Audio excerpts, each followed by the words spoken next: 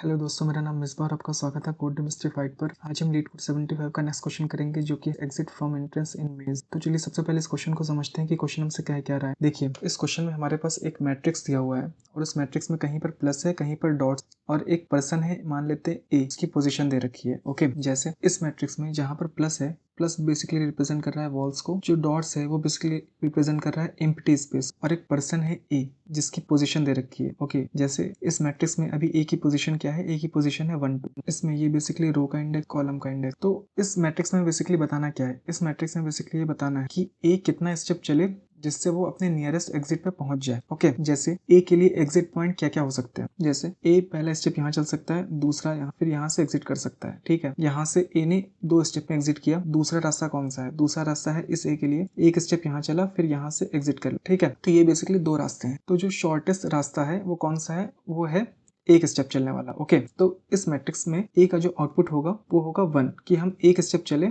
और हमें nearest exit point मिल गया है, यही हमारा आउटपुट हो जाएगा। ठीक है, अच्छा एक चीज और भी है कि ए जो है वो सिर्फ 4 डायरेक्शन में जा सकता है। ओके, 4 डायरेक्शन कौन कौन सी, या तो राइट, या तो लेफ्ट, या तो अप, तो डाउन। ओके, ए जो है वो डायगोनल नहीं जा सकता। जैसे ए यहाँ से आप कहेंगे यहाँ जंप कर सकता है, लेकिन यहाँ जंप नहीं कर सकता क्योंकि ये क्वेश्चन में दिया हुआ है। ओके, ए सिर्फ 4 डायरेक्शन में जा सकता है, right, left, up and down. ठीक है, तो अगर आपको यहाँ तक बात समझ में आ गई है तो आप एक चीज और भी समझ लीजिए। हम मान लेते हैं ये अभी यहाँ पर है, ओके, यहाँ पे नहीं, तो इस ए के लिए जो एग्जिट पॉइंट होगा नियरेस्ट वो क्या होगा। आप जैसे कहोगे कि हम यहाँ से एग्जिट कर सकते हैं, हमें लेकिन ऐसा नहीं करना। ओके, अगर ए मैट्रिक्स किसी अगर बाउंड्री पे होता है, ओके, तो वो ए के लिए एंट्री पॉइंट होगा, एग्जिट पॉइंट नहीं होगा।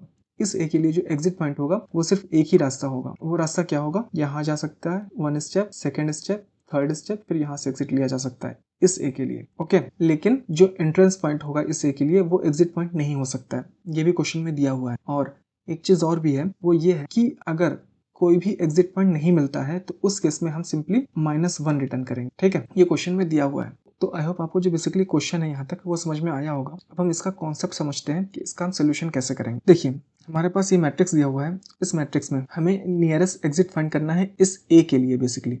ठीक है, नियरेस्ट मतलब हमें शॉर्टेस्ट पाथ फाइंड करना है इस ए के लिए जहां से ये ए जो है वो एग्जिट कर सके। और शॉर्टेस्ट पाथ के लिए हम किसका कॉन्सेप्ट यूज करते हैं, हम कॉन्सेप्ट यूज करते हैं बीएफएस का। तो हम यही बीएफएस का कॉन्सेप्ट यहाँ यूज करेंगे और इस क्वेश्चन को सॉल्व करने की कोशिश करेंगे। अब इस मैट्रिक्स के लिए रो की लेंथ कितनी है, रो की लेंथ है 3, और कॉलम की लेंथ कितनी है, कॉलम की लेंथ है 4। ठीक है, अब अगर ए एक स्टेप अप चलता है तो वो नियरेस्ट एग्जिट पॉइंट के पास पहुंच जाएगा, फिर यहाँ से एग्जिट किया जा सकता है। ओके, हम ये कैसे फाइंड आउट करेंगे कि ए नियरेस्ट एग्जिट के पास है या ए मैट्रिक्स से किसी बाउंड्री पर है। उसके लिए बेसिकली 4 कंडीशन है जिससे हम ये बता सकते हैं कि ए नियरेस्ट एग्जिट के पास है। वो 4 कंडीशन क्या है, वो 4 कंडीशन है कि अगर रो की जो इंडेक्स वैल्यू है वो 0 के बराबर हो, या रो की जो इंडेक्स वैल्यू हो वो रो की लेंथ के -1 के बराबर हो, या कॉलम की जो इंडेक्स वैल्यू हो वो या तो 0 के बराबर हो, या कॉलम की जो भी इंडेक्स वैल्यू हो वो कॉलम की लेंथ के -1 के बराबर हो।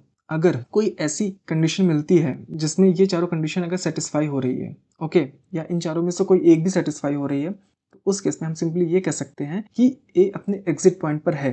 और उस केस में ए जितना भी स्टेप चला होगा, जैसे इस केस में ए सिर्फ एक स्टेप चल रहा है, तो हम सिंपली रिटर्न करेंगे, क्या रिटर्न करेंगे, स्टेप काउंट। ओके, मतलब ए एक स्टेप चला और उसको नियरेस्ट एग्जिट मिल गया, तो यही हमारा आउटपुट हो जाएगा। तो आई होप आपको जो बाउंड्री वाली जो कंडीशंस है वो आपको समझ में आ रही होगी। अब देखिए, इस क्वेश्चन का सोल्यूशन करने के लिए हम बेसिकली बीएफएस कॉन्सेप्ट का यूज करेंगे। बीएफएस में बेसिकली हम क्या करते हैं, हम एक क्यू बनाते हैं और उसमें हम बेसिकली क्या करेंगे, ए की जो इनिशियल सेल वैल्यू है उससे हम स्टोर कर लेंगे। ओके, हमने यहाँ पर एक क्यू बनाया और इस क्यू में बेसिकली हम क्या स्टोर करेंगे, इस क्यू में बेसिकली हम स्टोर करेंगे ए की जो भी सेल वैल्यू है। ए की सेल वैल्यू क्या है, अभी 1 2 है। इस 1 2 को हम इस क्यू में स्टोर कर लेंगे और एक स्टेप वेरिएबल बनाएंगे जिसे हम 0 से इनिशियलाइज कर देंगे। ओके, जब भी ए एक स्टेप चलेगा उस केस में हम स्टेप की वैल्यू इंक्रीज करेंगे, और जब भी कोई ऐसी कंडीशन मिलेगी अगर हमें ये पता चलेगा कि ए अपने नियरेस्ट एग्जिट पॉइंट पर है, या हम कह सकते हैं ए मैट्रिक्स की अगर बाउंड्री पर है, उस केस में हम सिंपली स्टेप को रिटर्न कर देंगे। ओके, और ए की बाउंड्री कैसे चेक हो सकती है, ए की बाउंड्री बेसिकली चेक हो सकती है इन 4 कंडीशन से। अगर आर की वैल्यू 0 के बराबर हो,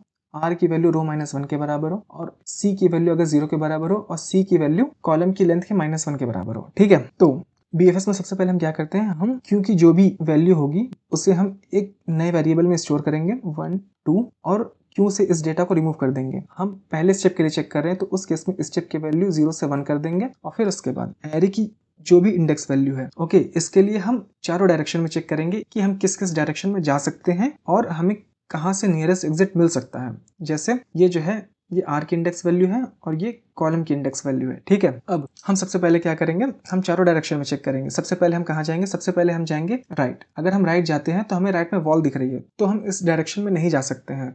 हम वापस से अपनी सेम पोजीशन पे आ जाएंगे। उसके बाद हम चेक करेंगे लेफ्ट जाके। अब हम लेफ्ट अगर जाते हैं तो क्या हम लेफ्ट जा सकते हैं? यस, हम लेफ्ट जा सकते हैं। तो इस केस में हम इस सेल से सारी डायरेक्शन को चेक करेंगे। उसके लिए हम बेसिकली क्या करेंगे, इसकी जो सेल वैल्यू है 1 1, इसे हम क्यू में स्टोर कर लेते हैं 1 1। ओके, अब जब इसका नंबर आएगा तब हम इसकी सारी डायरेक्शन चेक करेंगे। अभी हम किसके लिए चेक कर रहे हैं? 1 2 के लिए। अभी हमने राइट चेक किया, हमने लेफ्ट चेक किया, अब हम डाउन जाके चेक करते हैं। अब हम अगर डाउन जाते हैं तो यहाँ पर एक वॉल है। अगर वॉल है तो हम इस डायरेक्शन में नहीं जा सकते, हम वापस से अपनी सेम पोजीशन पे आ जाएंगे। अब हम अप जाके चेक करेंगे। अगर हम अप जाते हैं तो क्या हम यहाँ जा सकते हैं? यस, हम यहाँ पे जा सकते हैं। और यहाँ पे जो सेल की जो इंडेक्स वैल्यू है वो क्या है? 0 2 है।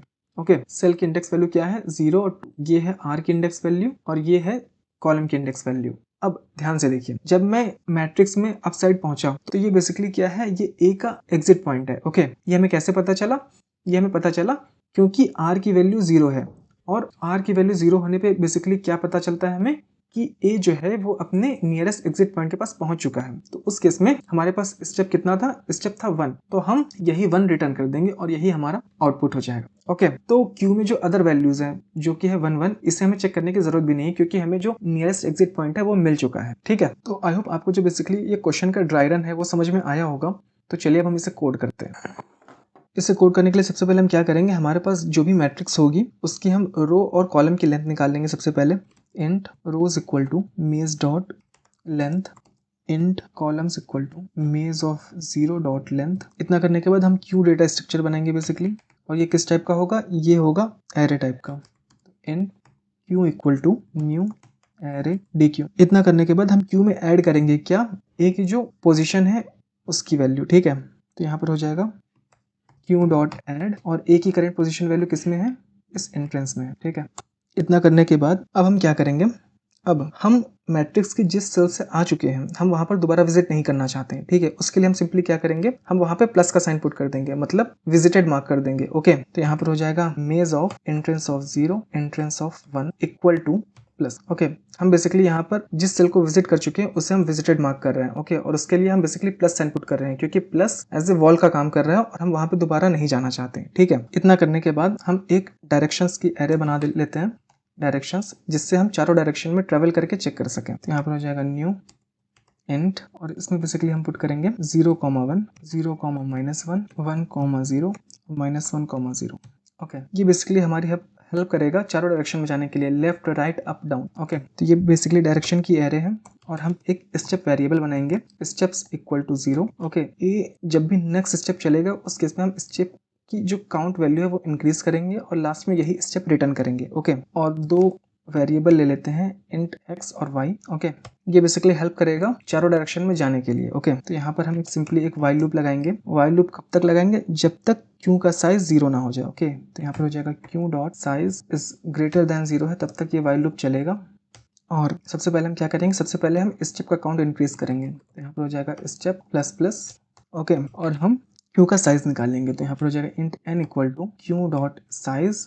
हमने q का साइज निकाल लिया। अब q में जो भी एरे पड़ी हुई है, ओके, मतलब a की जो भी पोजीशन वैल्यू होगी उस पे हम चारों डायरेक्शन में ट्रेवल करके चेक करेंगे। ओके, तो यहाँ पर हो जाएगा for int i equal to 0 से i should be less than n i plus plus, और यहाँ पर हम एरे का डेटा निकाल लेते हैं। तो यहाँ पर हो जाएगा q डॉट रिमूव, और फिर उसके बाद हम चारों डायरेक्शन के लिए एक फॉर लूप चलाएंगे। तो यहाँ पर हो जाएगा इंट डायरेक्शन कॉलन डायरेक्शंस, और फिर उसके बाद हम जिस डायरेक्शन में जा रहे हैं उसकी इंडेक्स वैल्यू कैलकुलेट करेंगे। तो यहाँ पर हो जाएगा x equal to array of 0 plus direction of 0, y equal to array of 1 plus direction of 1। इतना करने के बाद हम क्या चेक करेंगे, हम बेसिकली ये चेक कर रहे हैं यहाँ पे कहीं ऐसा तो नहीं कि x और y की जो भी वैल्यू है वो मैट्रिक्स की रो और कॉलम की लेंथ के बाहर चली गई है। ओके, तो उस केस में हम बेसिकली क्या करेंगे, हम जंप कर जाएंगे नेक्स्ट आइट्रेशन के लिए। उसके लिए हम बेसिकली क्या करेंगे, क्या x की वैल्यू लेस देन 0 है या x की value greater than equal to रोज हो गई है, या y की वैल्यू लेस देन 0 तो नहीं हो गई है, या y की value greater than equal two columns के बराबर तो नहीं हो गई है। ओके। और एक कंडीशन और क्या हम चेक करेंगे, हम बेसिकली ये चेक करेंगे कि हम जिस डायरेक्शन में जा रहे हैं वहाँ पे कहीं वॉल तो नहीं है। अगर वॉल है तो उस केस में भी हम जंप कर जाएंगे सिंपली, ठीक है। तो यहाँ पर हो जाएगा maze of X Y equal to अगर वॉल हो, तो अगर कोई ऐसी कंडीशन मिलती है जहाँ पर एक्स और वाई की जो इंडेक्स वैल्यू हो वो इनवैलिड हो, ओके, मतलब x की वैल्यू और y की वैल्यू लेस देन 0 हो, या x की वैल्यू ग्रेटर देन बराबर रो के हो जाए, या y की वैल्यू ग्रेटर देन बराबर कॉलम के हो जाए, या अगर वहां पे वॉल है तो उस केस में हम उस डायरेक्शन में नहीं जा सकते, उस केस में हम सिंपली जंप कर जाएंगे, ओके। तो कंटिन्यू। इतना करने के बाद अब हम क्या चेक करेंगे, अब हम चेक करेंगे कि x और y की जो भी इंडेक्स वैल्यू है कहीं वो कोई ऐसी इंडेक्स वैल्यू तो नहीं है जो मैट्रिक्स की बाउंड्री में लाई करता है। तो उस केस में हम सिंपली स्टेप को रिटर्न कर देंगे, ओके। उसके लिए बेसिकली 4 कंडीशन है जो मैंने आपको बताया था। वो 4 कंडीशन क्या है कि एफ आर की जो भी इंडेक्स वैल्यू है, ओके, मतलब x की जो भी इंडेक्स वैल्यू हो या तो 0 के बराबर हो गई हो, या x की जो भी इंडेक्स वैल्यू हो वो रोज -1 के बराबर हो गई हो, या y की जो भी इंडेक्स वैल्यू है वो या तो 0 के बराबर हो गई है, या y की जो भी इंडेक्स वैल्यू है वो कॉलम्स -1 के बराबर हो गई, ओके। उस केस में हम सिंपली स्टेप को रिटर्न कर देंगे, रिटर्न स्टेप, ठीक है। इतना करने के बाद हम जिस सेल में ट्रेवल कर चुके हैं या जिस सेल के लिए हम चारों डायरेक्शन देख चुके हैं उसके लिए हम उस सेल को विजिटेड मार्क कर देंगे। तो यहाँ पर हो जाएगा maze of X and Y equal to plus, और फिर उसके बाद हम क्यू में ऐड करेंगे एक्स और वाई जो भी वैल्यू होगी, okay, int X comma Y, ठीक है। इतना करने के बाद अगर हमने सारी पॉसिबिलिटी देख ली और हमें कोई भी ऐसी सेल नहीं मिलती है जहां से ए एग्जिट कर सके, तो उस केस में हम सिंपली रिटर्न कर देंगे -1, रिटर्न -1, ठीक है। तो ये कोड बेसिकली हमारा हो गया है। एक बार देख लेते हैं इस कोड में कुछ सिंटैक्स एरर ना हो। तो मुझे कोड में सब कुछ सही लग रहा है। एक बार इस कोड को रन करके देखते हैं। रन करने पर आप देख सकते हैं कोड प्रॉपर्ली रन हो रहा है। हम इसे एक बार सबमिट करके देखते हैं। सबमिट करने पर भी आप देख सकते हैं कोड प्रॉपर्ली सबमिट हो रहा है। तो आपको जो बेसिकली ये क्वेश्चन है और इसका जो सोल्यूशन है वो आपको समझ में आया होगा, और जो कॉन्सेप्ट मैंने आपको समझाने की कोशिश की थी वो भी आपको समझ में आया होगा। अब मैं आपसे मिलता हूँ नेक्स्ट क्वेश्चन में। Thank you very much.